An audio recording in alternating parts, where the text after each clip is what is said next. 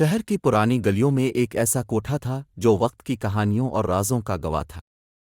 یہ کوٹھا نہ صرف اپنے حسن و جمال کے لیے مشہور تھا بلکہ یہاں کی عورتوں کے بارے میں سننے والے قصے بھی حیران کن تھے۔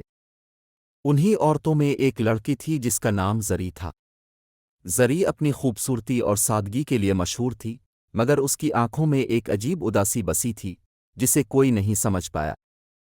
ایک رات ایک شخص جس کا نام عادل تھا، شہر میں کاروباری میٹنگ کے بعد تھکن سے چاور اس کوٹھے کے پاس آیا۔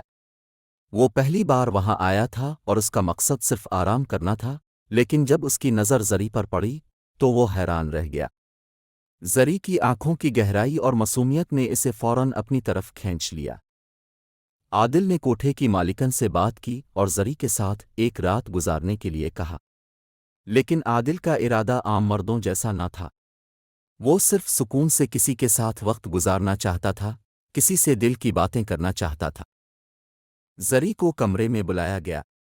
وہ سر جھکائے دھیرے قدموں سے کمرے میں داخل ہوئی۔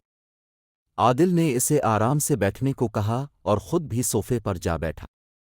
اس نے زری کو غور سے دیکھا اور کہا، تم بہت خوبصورت ہو، لیکن تمہاری آنکھوں میں ایک عجیب سی اداسی ہے۔ کیا تم اپنی زندگی کی کہانی میرے ساتھ بانٹنا چاہو گی؟ زری حیران ہوئی۔ اکثر لوگ اسے صرف ایک جسم سمجھتے تھے، لیکن یہ پہلا موقع تھا کہ کسی نے اس سے اس کے دل کی بات پوچھنے کی کوشش کی۔ کچھ لمحوں کی خاموشی کے بعد زری نے دھیمی آواز میں اپنی کہانی سنانی شروع کی۔ زری نے بتایا کہ وہ ایک چھوٹے سے گاؤں کی رہنے والی تھی۔ اس کا خواب تھا کہ وہ ایک استاد بنے اور بچوں کو پڑھائے، لیکن قسمت نے اسے اس کوٹھے تک پہنچا دیا۔